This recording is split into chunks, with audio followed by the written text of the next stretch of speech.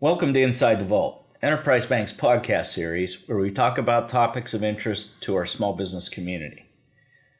Once again today, I'm joined by President and CEO of Enterprise Bank, Chuck Lai. And Chuck and I are going to continue on a theme that we've talked about several times in the past, which is, current government policies and implementation and its unintended consequences. So drilling down today, what we want to talk about is a new rule, a new regulation coming out for banks and other lending institutions regarding disclosure to the public of demographic information and specific loan information for small businesses. We in the banking industry for a number of years have dealt with a fairly stringent demographic type reporting requirement when it came to housing related loans or loans that are secured by residential property. But what we're seeing now is some of that same type of data collection, and even more extensive even than on the home lending side, is spilling now over into small business lending. So let's kind of start at the beginning, Chuck. What is being asked to be done by the banking and lending community now on the small business financing side is being driven by some amendments to the Dodd-Frank Act. And specifically, the agency responsible for some of these new reporting requirements is the Consumer Financial Protection Bureau, which, as a misnomer, is no longer just consumer under this rule. So can you give our listeners a little background on Dodd-Frank and CFPB, and then we can drill down into this particular issue? Well, I think the agency's purpose is to protect consumers. There is I think, fundamental change in the way people think nowadays, and it actually shows itself between the two political parties. There's a business-oriented Republican Party that seems to use competition to keep things fair. And there seems to be a push from the Democratic Party, which is more, I think, consumer, individual driven, that they have to tell you how to be fair and mandate how to be fair. And so you see a push and pull between these groups. Obviously, Section 1071 that we're talking about now, where they're having banks collect data. It's a data point collection, I think, that's driven by the concept of they're trying to obtain data to analyze the data to see if there's discrimination taking place at the business level. So I think that's what you've kind of got at a 30,000 foot level going on in the background, and all these parties pushing and pulling against one another, trying to push through their agenda where they're coming from. Yeah. So let's kind of get specific here. What, and I don't want to even say it's being proposed. I mean, it's in regulation now. Apparently, I think it went into regulation at the end of March, and there's an implementation period beginning, I think, 90 days after that, so shortly here. But what we're talking about is small business applications. Whether they ultimately are approved or even denied during the underwriting process, have to collect, the banks, as part of their small business financing and application process, have to collect, I think, 21 different data points about the small business itself and about the terms and structure of the financing that has been approved or was offered, not accepted. So what is really kind of interesting to me and surprising to me, and we'll go through some of these, is the level of detail involved here in terms of the type of information that the bank's required to collect, and that ultimately will be made available to the public through the CFPB. So, we can talk about all the implications here in a minute, but this seems to me, being in the small business lending field for many, many years, as you have, Chuck, this is almost trying to homogenize small business lending, which just doesn't happen. Every deal is different. Well, as I said before, our approach, at least with Enterprise Bank, is we treat everybody as an individual. We don't have loan products that are the same.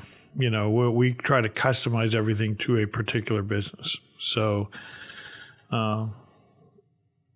but the fundamental purpose behind this drive to collect data is, again, to find discrimination and weed it out.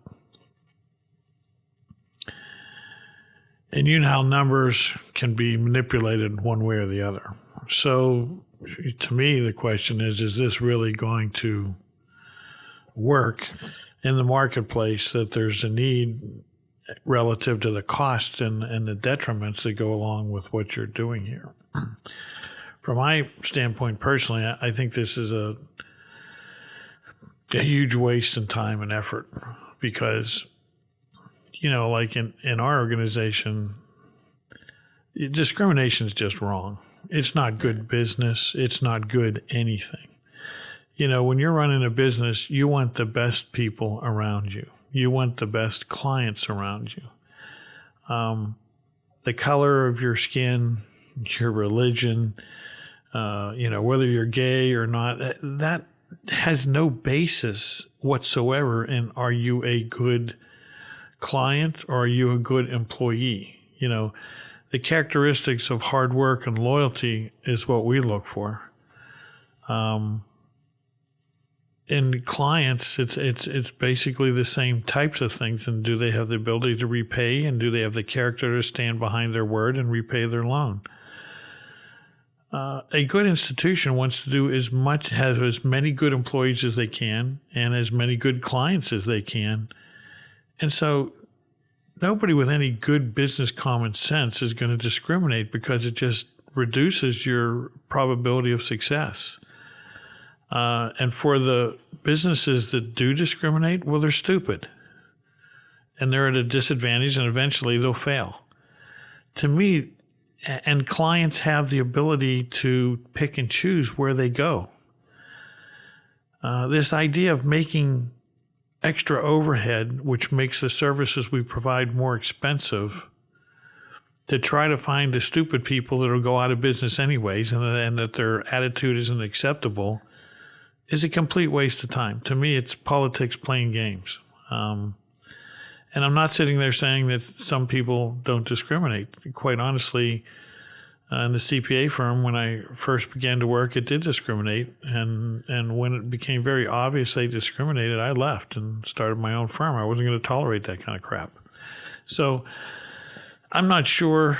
There is some issues left there, and there are ways that, there are laws there that people need to enforce. But when you start to mandate how people act, and you disclose confidential information, and you hurt the businesses, to me, you're just defeating the purpose. A good business is never going to discriminate.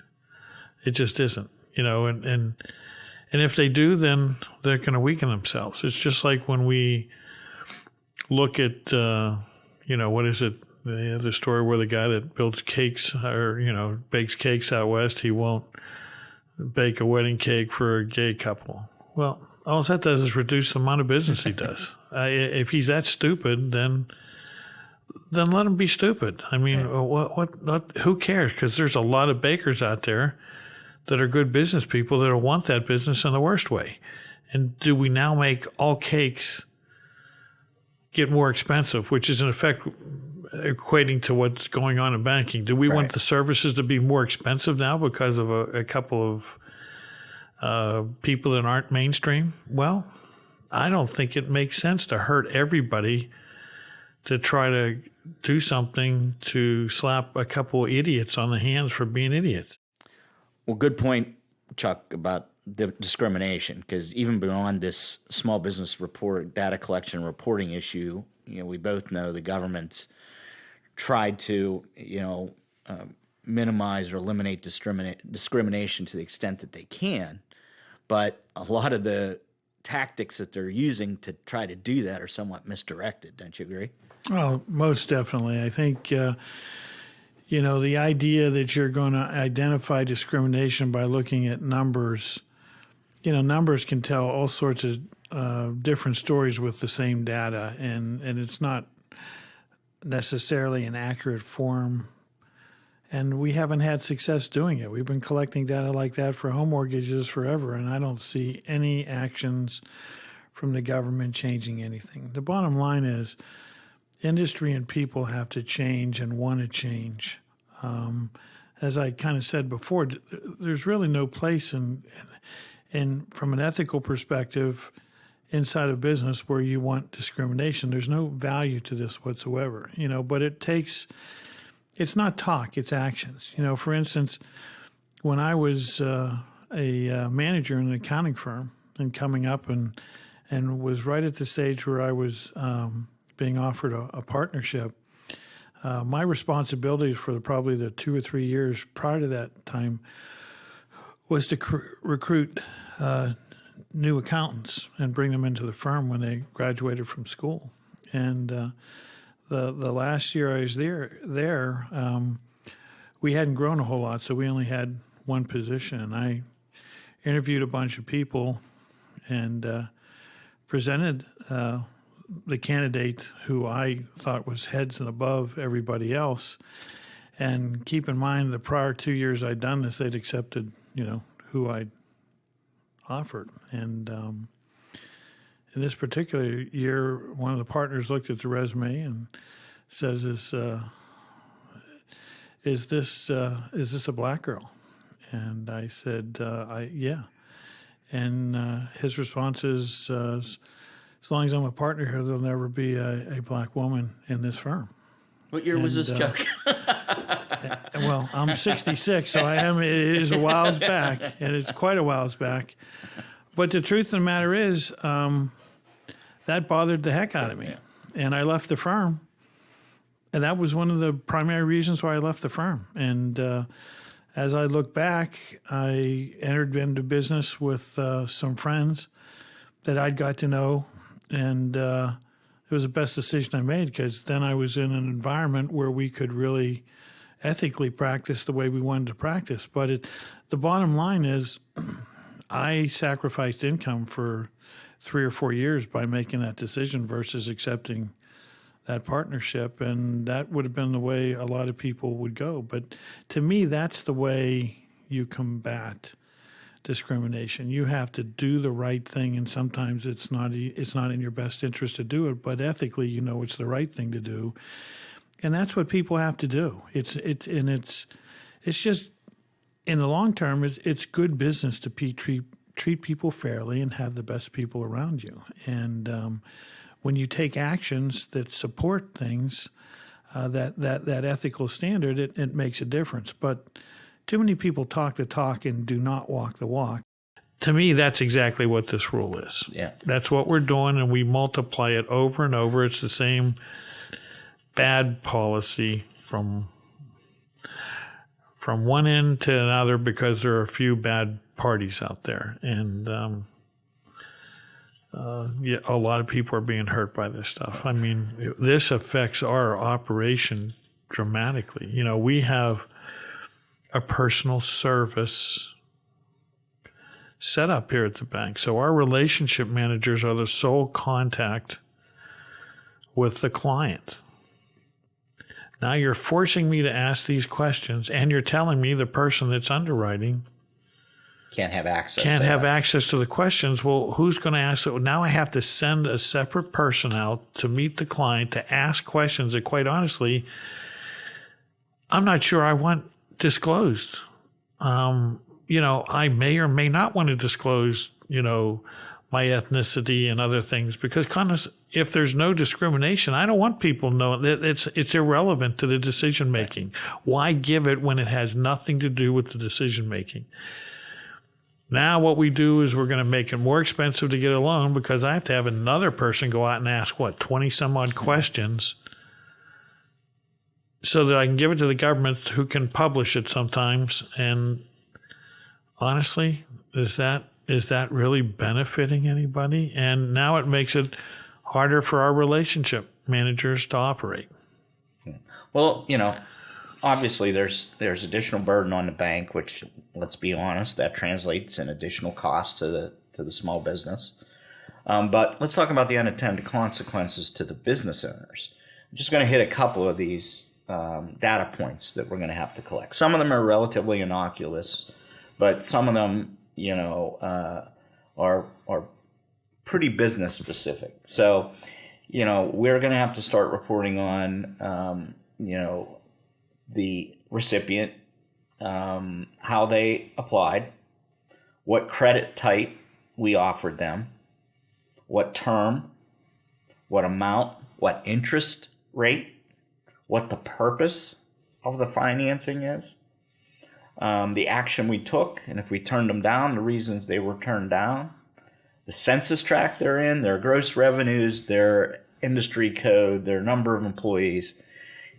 If you get into a rural area, which we lend a lot in, and a lot of community banks around the country do, I can figure out who these businesses are without having the names. And those businesses want that kept private. Exactly. And quite honestly, if I was one of those businesses, I'd be grabbing my congressman by the throat and saying, "What is wrong with you?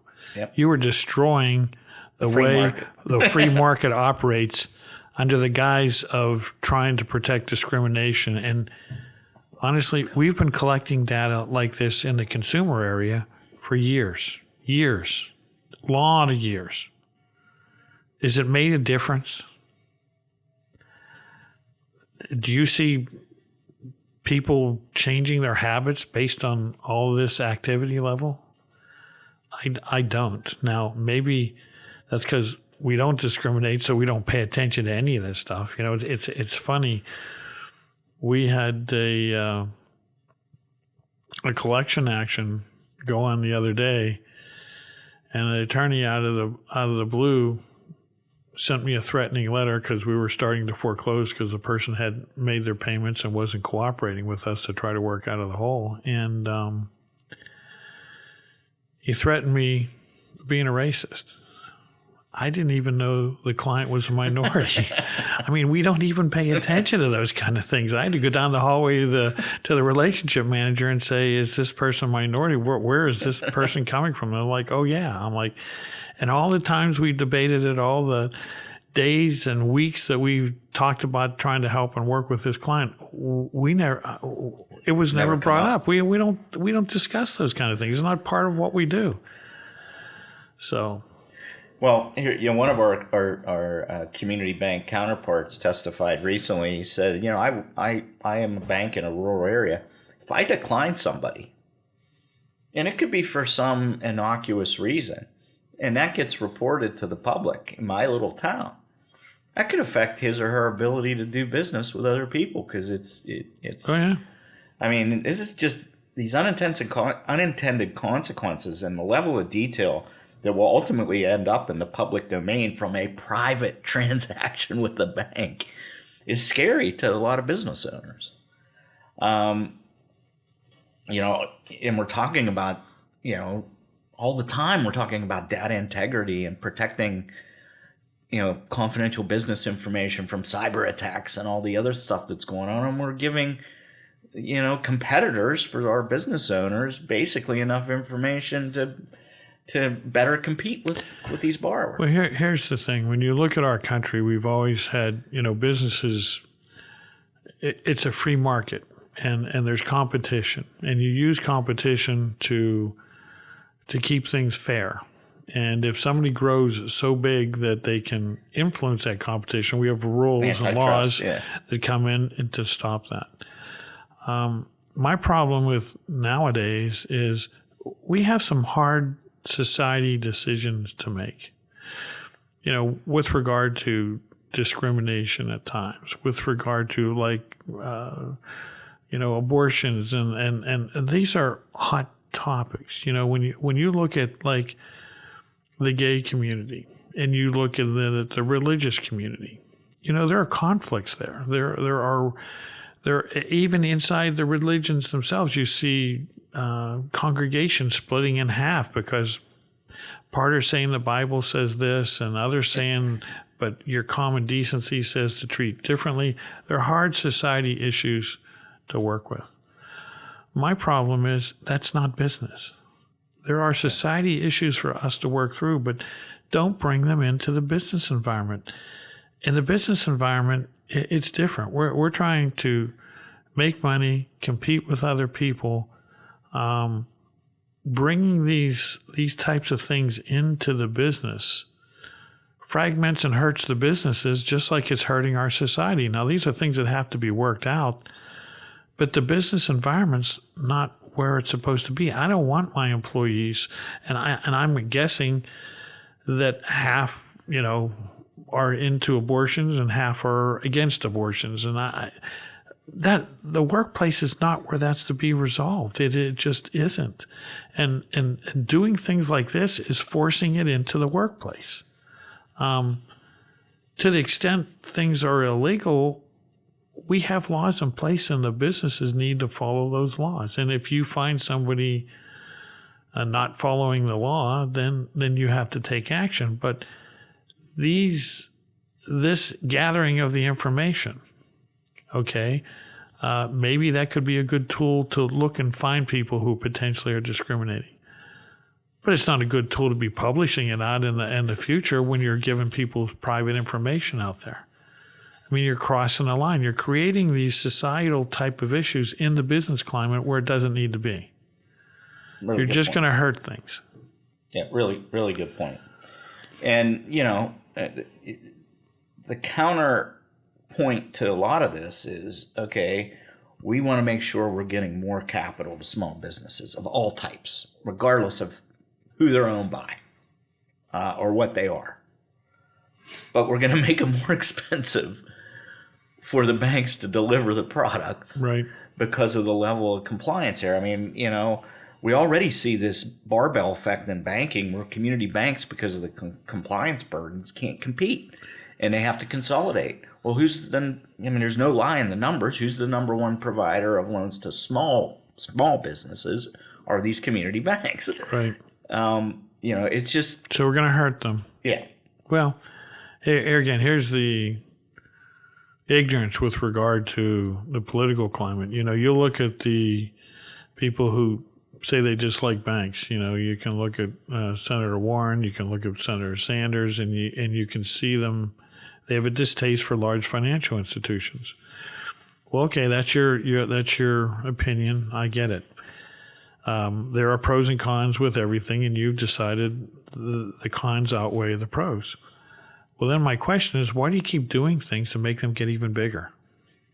Okay? Because that's what you've done. You have put in these kind of programs that benefit the large and hurt the small. And so your stated purpose is the opposite of what your goals are accomplishing, and so that's not good.